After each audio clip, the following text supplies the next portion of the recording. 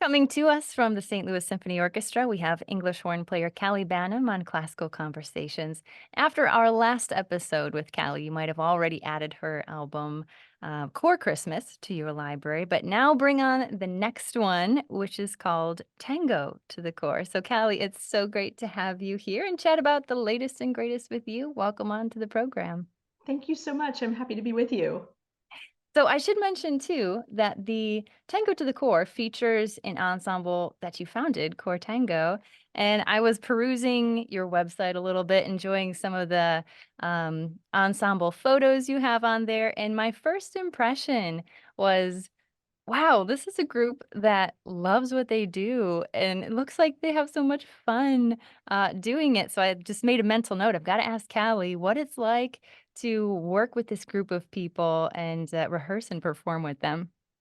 It's been a joyful project from the very beginning, in 2013 when I started this group. And at the time, we've kind of grown. I started with four musicians, and now we're six musicians who are full time members of Cortango.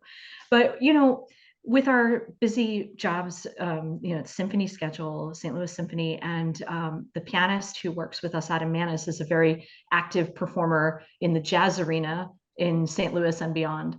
We don't do tons and tons of performances, maybe about four a year, something like that, more when we first started.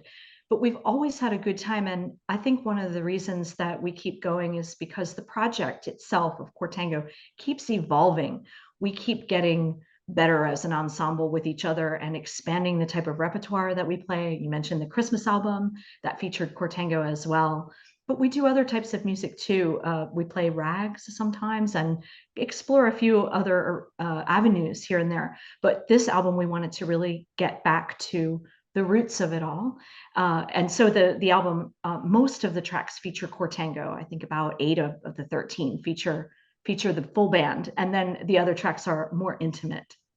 So in our last conversation, you touched a little bit on how you got into tango in general, but it's been a while, so maybe you could refresh us on just that journey from, I suppose you could say tango hobbyist to now tango Right. scholar? Yes, yes. I love that you describe it like that because in the end, that's kind of the way that it came out, being a musician, a tango musician, and a scholar. I came to it all just pursuing the social dance as a hobby. And I was going to the milongas, that's what they call the tango parties, and classes and lessons. And as I was studying and, trying to become a better social tango dancer, I was repeatedly and just very noticeably distracted by the music all the time. Just I couldn't get over it how much it reminded me of things like big romantic symphonic works like Brahms symphonies or something. I thought, listen to this sound, this lush, huge sound. And so one time I was getting my street shoes on at the end of class, and I said, oh, I love this music so much. I wish I could play it. And one of my classmates said, well, aren't you a professional musician? Why can't you? And I thought, well, of course I can. Of course I can. And that was how I owe a great debt to that classmate, kind of planting that first seed. And after that, I thought, well, all I need to do is just to create the arrangements that will allow me to play tango on a non-tango instrument. So it takes a long time, to build the songbook. That's been a decades long project. A lot of different arrangers work for me, and I do some arranging myself. But I'm really proud of the catalog that we have now. It started out with more simple dance tunes, and we played, some gigs for dancers. Now we're mostly performing in concert, and it's big variations, big robust tangos, and also things that are a little bit more introspective as well, ballads. As you've been developing that songbook, what do you feel like the role of the English horn has become? Since it is kind of a non-tango instrument, where do you see Yeah. that, I guess, coming into play in these arrangements? Well, it's a great question because that has evolved as well. And when I started, I imagined the English horn as a substitute for the iconic tango instrument, the bandoneon. I thought, well, okay, I can't create multiple notes at one time, but I can create this sort of reedy, intense, uh, uh, kind of expressive sound on my instrument. So I did, in the beginning, we were doing a lot of arrangements that had the English horn kind of as the substitute for the bandoneon, and I would take the rest of the material of the bandoneon, the harmonic stuff, put it into the piano, put it into other instruments, make sure it was covered. But as time has gone on, and especially when I was working on the Christmas album, when I'm choosing a tango or any song, anything to play, I'm always thinking about the melody and how does this melody stand without words? Because of course in tango, the lyrics are incredibly important, but I'm looking for tangos that can stand alone without those words. Even if, people who love the tangos are imagining the words as I am in your mind, I want to be able to have that really soaring, expressive, melodic line played by the English horn. And in that sense, I'm really more identifying now like as the role of the singer, of the tango singer. Thinking about the role of words too, I notice on this album there's one piece that does have some vocals, not sung, but spoken vocals. That's the Chacarera del Violin. And That's right. where do those come in? Why do we get those certain phrases sprinkled throughout? Well, just a few little nuggets kind of thrown in there. And the reason for that, the chacarera, the folkloric dance that I have included, and I should mention, I do not play the English horn on that track. I play the bombo leguero, the drum. So, I have taken that up kind of on the side to play with the band sometimes. But I really wanted to do this offering of the folkloric because I wanted this to be kind of an overview of tango, and certainly the folkloric influence is important in that.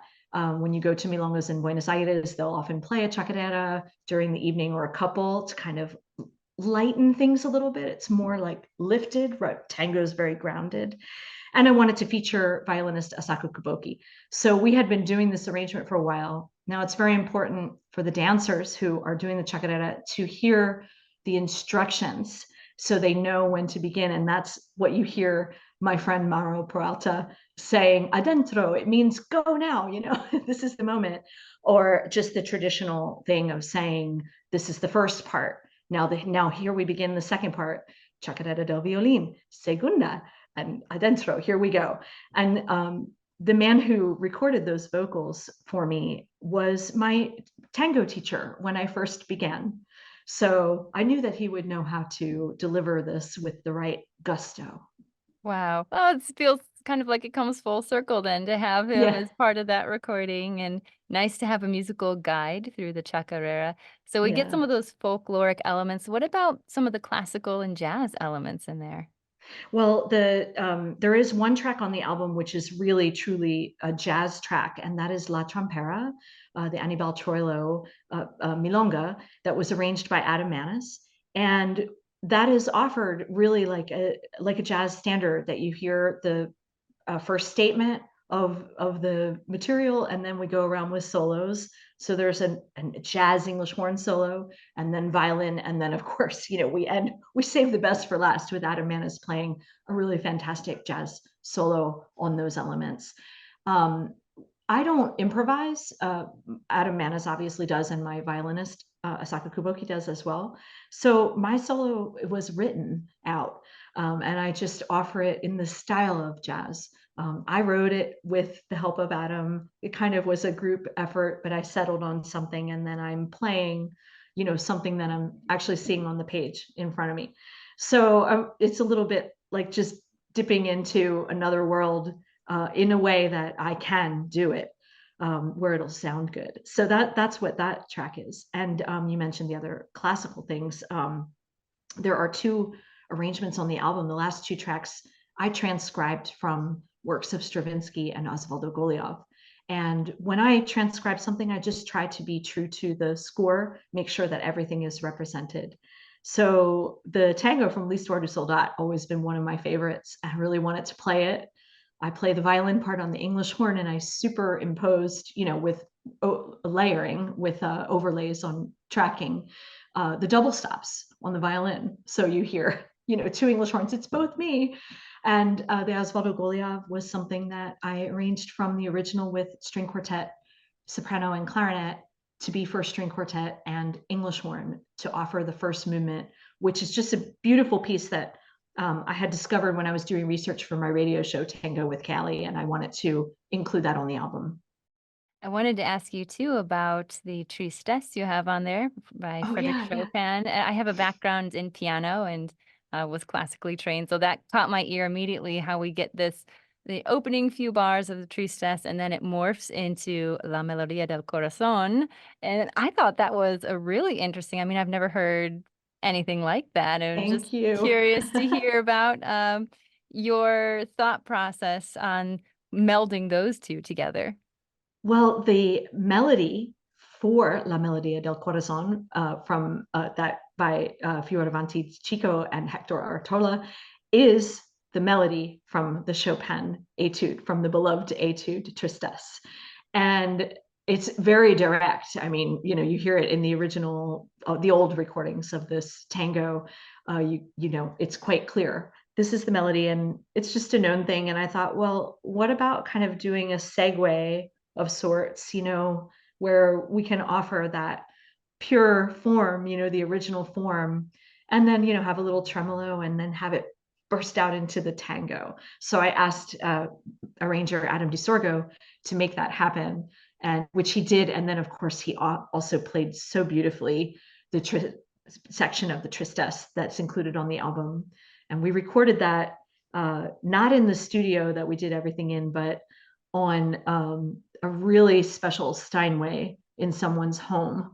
So a couple of things happened outside of the studio, and that was one of them. But mostly it's a studio where I've recorded at Powell Hall in the past. This was entirely a studio album. Let me circle back a moment to what you mentioned about your radio show, Tango with Yeah, Callie. How long have yeah. you been working on that? Well, that came on the air here in St. Louis in April of 2022. Is that right? No, no, no, forgive me. It came on the air. I'm getting my times mixed up with the pandemic and everything. It debuted April 2021. So it's been on the air for 3 years now in St. Louis. And it's a weekly radio show. Sometimes, we're running reruns. I'm not making a new one every single week because of my work with the symphony. But it has been carried on PRX. It's on PRX and has been carried by this wonderful station in Rochester, WXXI. There's I think, about 56 episodes on PRX now that we've collected. But I started it with the intention of bringing my love for tango music to other classical music people, because I thought, okay, other people are going to react to this music the same way that I did. They just don't know about it. And I feel like they can instantly gravitate toward it. It's just there's so much in common with the strings and the rich sounds and the passion of it all. So the show is just designed to introduce this classical music audience to this wonderful music. And I mean, I never run out of topics to explore. And of course, there's so many classical musicians who've become deeply involved with tango. I have done special episodes about them, like people like Daniel Barenboim or Yo-Yo Ma, Karen Gomio, really great people who've taken tango as their own. And I wanted to feature their music. As someone who's done a lot of research for your show and your work in general in the genre of tango, what would you say are some characteristics of the form, or could you describe like the heart or the essence of tango? I immediately want to say, like, it's a passionate music, an expressive music, but it is not it's not passionate in such a romantic kind of way like that, like you would have think of Romeo and Juliet, something like that. It's not passion like that.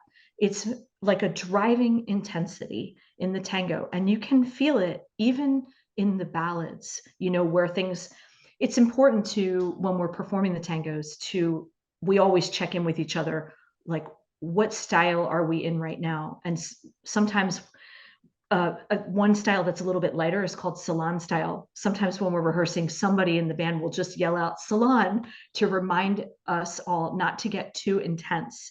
So there's always this kind of expressiveness, this passion, but presented in the different eras of tango, different levels of like angst, you know what I mean?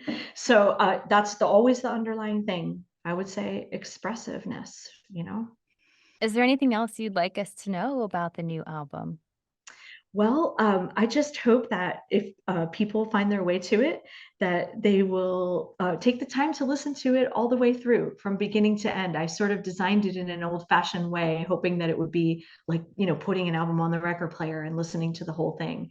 I've kind of organized it in a way that you hear the English horn throughout, but in different ways to kind of give your ear a fresh listen of the English horn, a fresh sort of feeling about it, and then you continue to something else. So hopefully it engages the audience from beginning to end. I think the album's about 45 minutes long. Callie and I have been speaking about Tango to the Core. That's her new album. Tango to the Core, sans E, like Core Anglais, since she plays Right. the English horn. So, Right. Callie, thanks so much for your comments and insight today. Thank you so much for having me, Mary Claire. Pleasure.